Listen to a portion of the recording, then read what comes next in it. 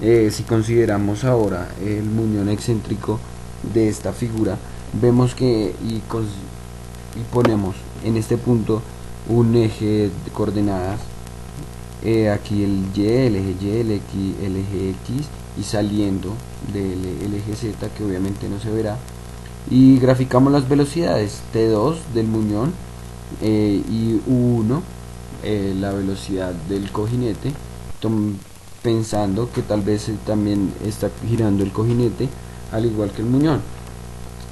Como este ángulo es muy pequeño entre el eje X y T2, podemos tomar la velocidad del muñón como U2. Ahora, ¿para qué se toman esas cosas? Para llegar a la expresión, a esta expresión, a la expresión de Reynolds, donde se toma H como un espesor cambiante, se toma también la velocidad 2 y U1 menos U2, que en este caso sería U1, la diferencia entre U2 y U1, esa sería nuestra velocidad. Tomamos la presión, y tomamos la viscosidad. Esas son las variables que se dan en esta fórmula, que es la ecuación de Reynolds, que servirá más adelante para analizar las soluciones para cojinetes largos y para cojinetes cortos. Para la solución de en los cojinetes largos, resulta que en el 58 un par de señores empezaron a experimentar con todas estas cosas con longitudes finitas, pero el señor Reynolds sacó una versión simplificada de la fórmula que se veía anteriormente, tomando en cuenta, o sea, partiendo del hecho de que era infinitamente largo el cojinete. Eso hace que la distribución de la presión a lo largo de la dirección en Z sea constante. Por eso es que se cancela uno de los términos y se llega a esta expresión más sencilla.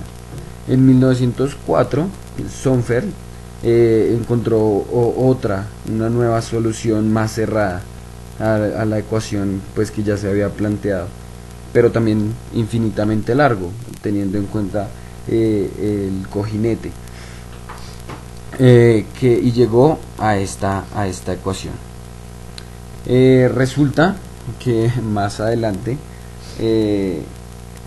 Sommerfeld también llegó a una ecuación para la carga total P, esta P mayúscula, en un cojinete largo, que es esta, ¿sí? Bueno, más adelante este mismo hombre llegó a buscar, o a encontrar mejor, con tantas cosas que hacía, el número de Sommerfeld, el número S. Eso se llega o reorganizando los términos de la ecuación anterior, pero como aquí dice la nota, solamente dependiendo de la excentricidad, dejando a un lado pues las cosas geométricas, y solamente teniendo en cuenta pues esto.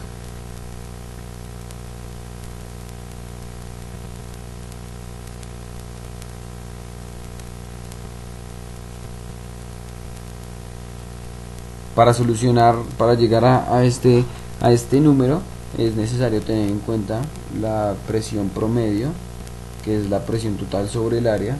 También es necesario tener en cuenta pues que el C es el C de medios, o sea, la holgura radial es la holgura diametral sobre 2, y que la velocidad es igual a pi por el diámetro, pues por el número de vueltas que el cojinete, que la flecha, donde n son las revoluciones, ¿no?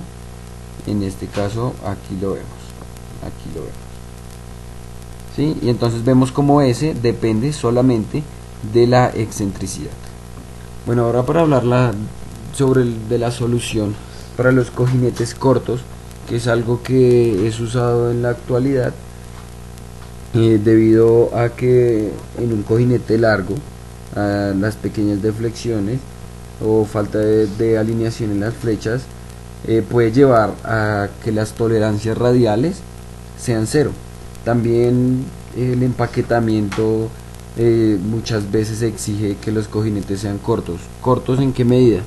Actualmente las razones son de 1/4 de la longitud del cojinete sobre el diámetro del mismo.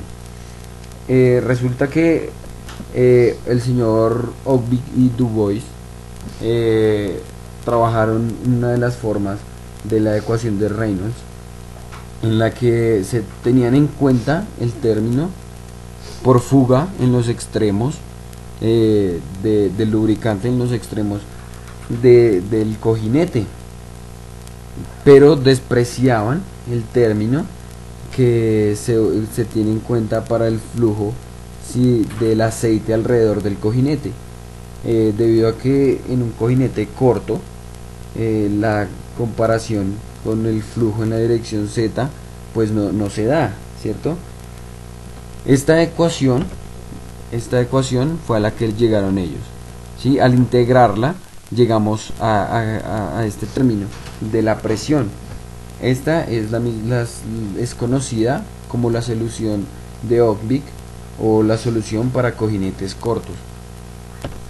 Aquí podemos ver un poco gráficamente las distribuciones típicas de la presión.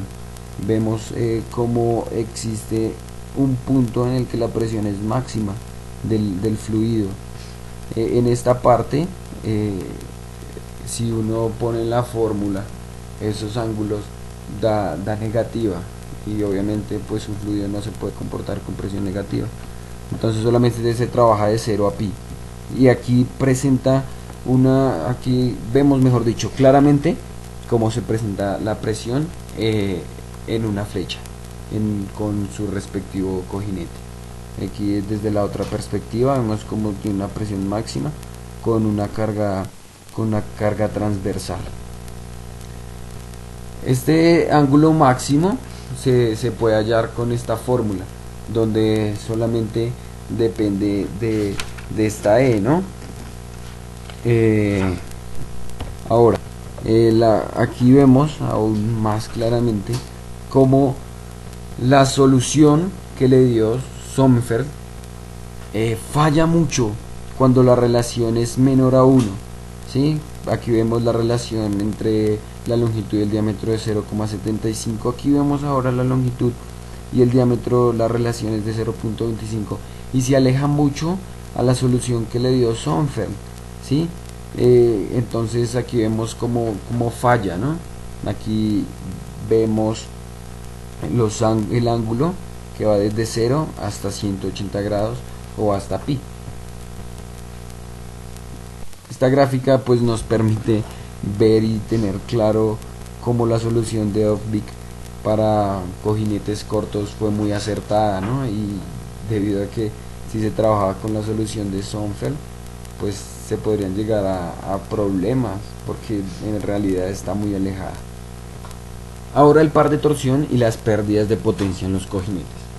Resulta que debido a la fuerza de corte que actúa sobre los diferentes miembros, ya sea el miembro rotatorio o el miembro estacionario, se crean unos torques en direcciones opuestas, y en magnitudes diferentes, debido a la excentricidad que hay entre el cojinete y la flecha. Igualmente, esta fuerza P, ¿sí? me genera un torque sobre el estacionario, o sea, sobre el cojinete, que eso se representa sencillamente en esta fórmula, ¿sí?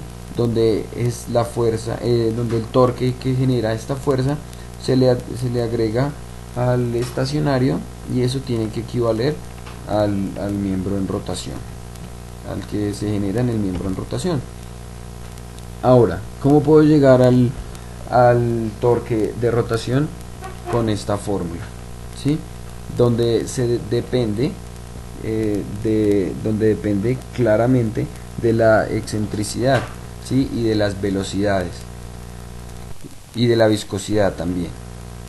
Ahora, resulta que también se puede hallar una razón, ¿sí? Entre el par de torsión estacionario y el par de torsión sin carga, que es el que vemos acá, y como raro pues depende solamente de la excentricidad. Igualmente, para la pérdida de potencia en los cojinetes se puede hallar con la ayuda del par de torsión en rotación y de la velocidad, ¿sí? De la velocidad en rotación, que es la fórmula que vemos acá. Esta pérdida de potencia se puede convertir a watts o a caballos de fuerza según el sistema pues en el que se esté trabajando. Ahora, el coeficiente de fricción. El coeficiente de fricción en los cojinetes se puede determinar como la razón entre la fuerza cortante tangencial